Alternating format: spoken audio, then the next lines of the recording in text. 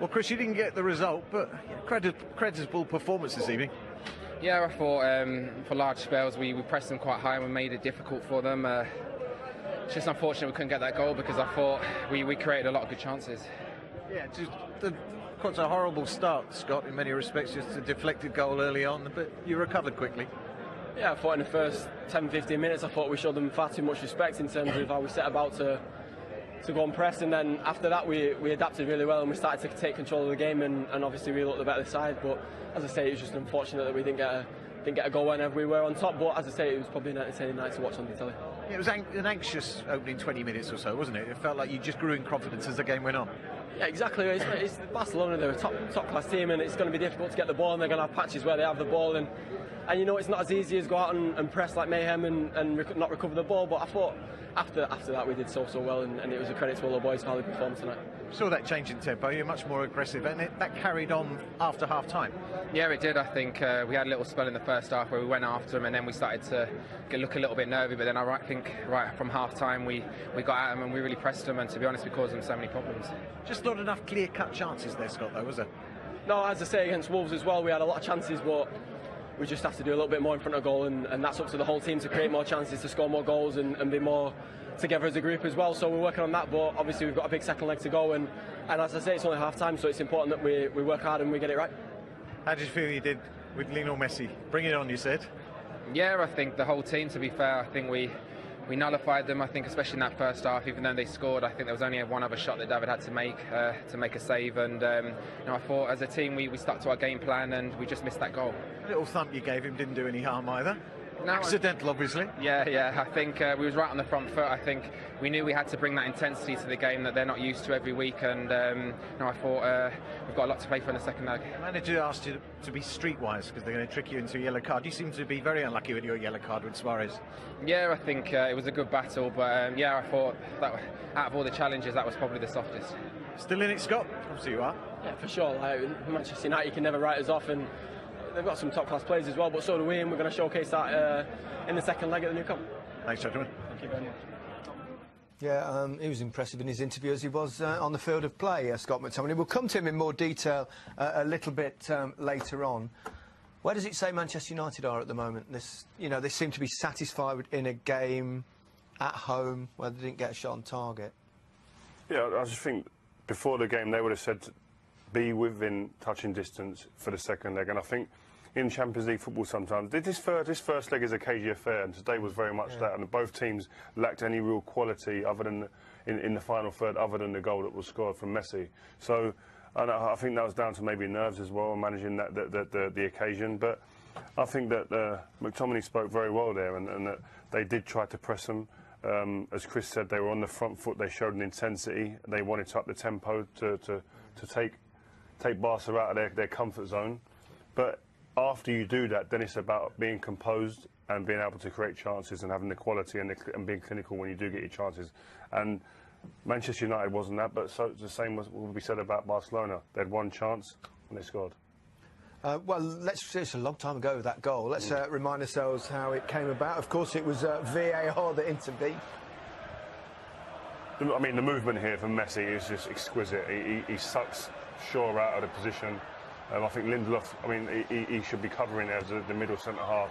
But from then on, it was about Messi and the vision. Yeah, it was a great ball from Busquets here, and the cross here on back stick is just great, knowing that, having the awareness that somebody will be there.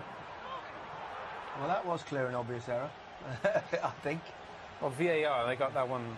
They got one on spots on, but really, that back three that they started with Man United, they had a few issues really. Luke Shaw played as the left side of the three, and it didn't really work out. We saw it there, but early on it didn't work out, but they seemed to adjust after. They did. Well, Barca stopped playing. Yeah. And Barca for the first 50 minutes. Scott McTominay, by the way, he was the best player on the pitch. He nailed it. He said the first 50 minutes Barca were the better team, and after United were, they just lacked a bit of end product. But for a young man to be the best player on the pitch when Fred cost 50 million, Pogba cost 90, quite exceptional, really. Yeah.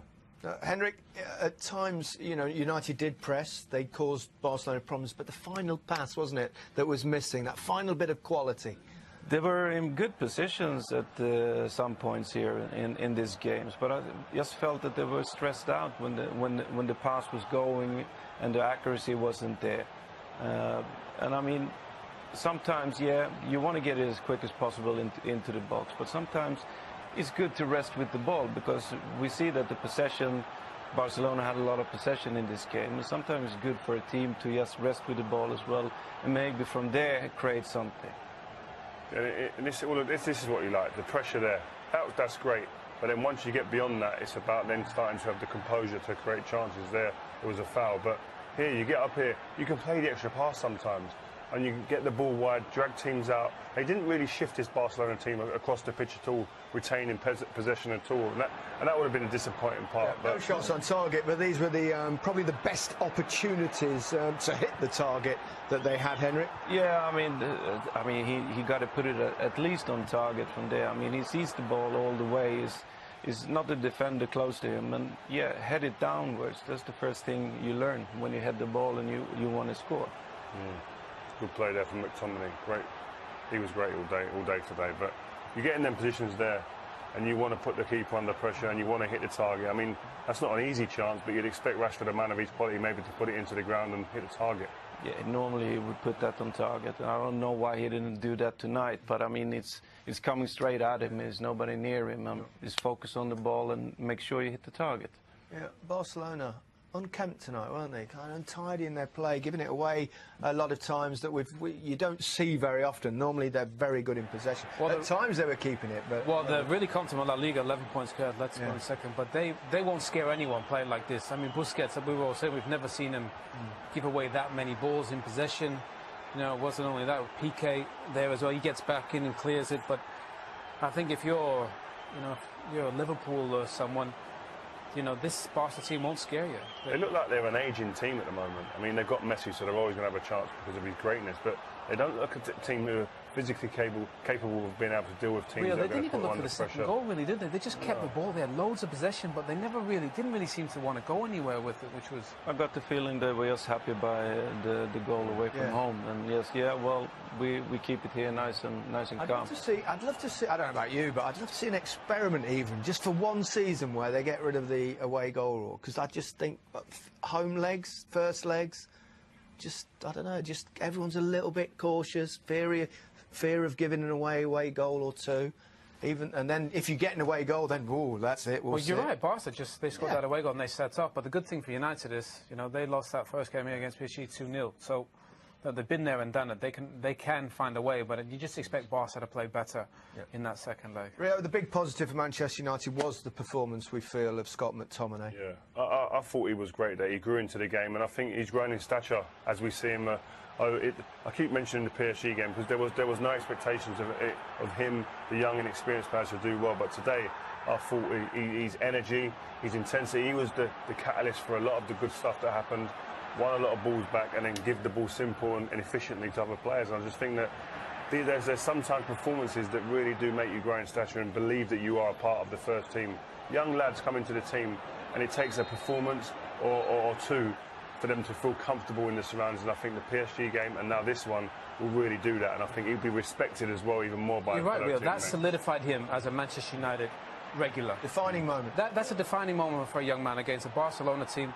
That's him now established, and I think it's a massive moment for him. I really credit to him because he was terrific. Impress you? Yeah, I think he did. I mean, he's been there, done it, and now he knows he can always go back to that in his back of his head. Well, I've done it against these kind of players. Why can't I do it week in, week out? Well, it's all to play for in the second leg, but that's 4 defeats in the last 5 games for Manchester United. We'll take another break, plenty more to come, and we'll hear from the man himself and see what he thinks. Ole Gunnar Solskjaer after the break.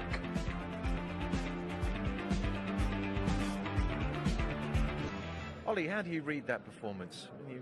You suffered a defeat, but there's a lot of things to be satisfied about as well, I suppose.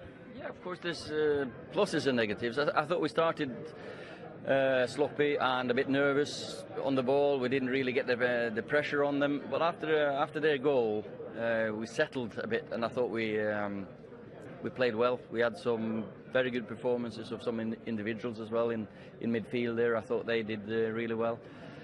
And it was...